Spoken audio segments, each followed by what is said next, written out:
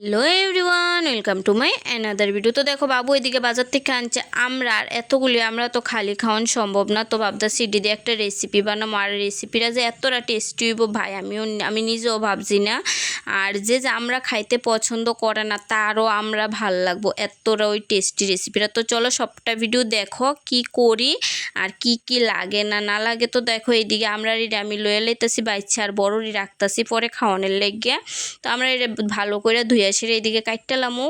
আর তোমরা তোমার পছন্দ মতো শেপ দিয়ালে, আমি আমার পছন্দ মতো শেপ দিছি। আর এদিকে এর মধ্যে হালকা হালকা দাগ দাগ দিয়ে লেছি যাতে মশলাটা সবটা ভিতরে ঢুকে খাইতে যেতে টেস্টি। আর তোমরা আমার ভিডিওর ব্যাকগ্রাউন্ডের যে ভয়েসটা মানে আওয়াজটা পাইতেছো ওইটা স্কিপ করো, কারণ আজকে এই ভিডিওর আর ভয়েস দিতে আমার মানে কি কইতাম, যে জায়গাতে একবারে দিতে পারলাম হলে এই জায়গায় যে কয়বার দিতেছি আমি নিজেও জানি না।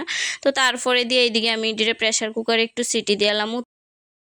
আরে তোমরা তো কইছিই না আমি কি রেসিপি বানাবো। আমি বানাবো আমরা চাটনি। তো তার লেগে এইদিকে আমি নারকেল পেস্ট করে লেছি আর এইদিকে বাদাম পেস্ট করে লেছি। তো এখন নারকেল আর বাদামের পেস্টটারে দুনোরারে ভালো করে মিক্সড করে এলামও একসাথে।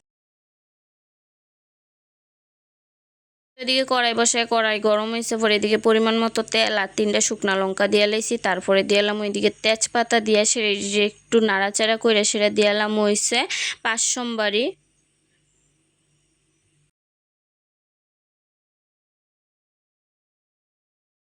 ওখানে সিদ্ধ করে রাখা আমরা এটা দিলাম, দিয়ে সে এদিকে পরিমাণ মতো হলুদ গুঁড়া, শুকনা মরিচ গুঁড়া আর আমি একটু কাঁচামরিচ পেস্ট দিছি, তোমরা চাইলে দিতে পারো আবার নাও দিতে পারো। আর দিয়ে লেছি জিরা গুঁড়া আর স্বাদ মতো লবণ দিয়ে সেটা ভালো করে নাড়াচাড়া করে লইতে হইব।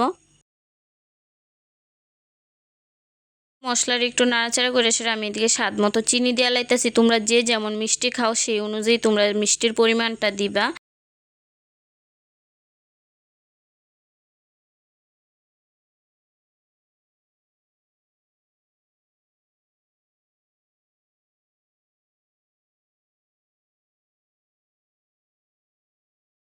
তখন এদিকে আমি কিশমিশ আর খেজুর দিয়ে লাইছি, আমার কাছে এই দুইটাই আসলো তো এই দিয়ে দিছি। তোমার কাছে অন্য কিছু থাকলে দিতে পারো।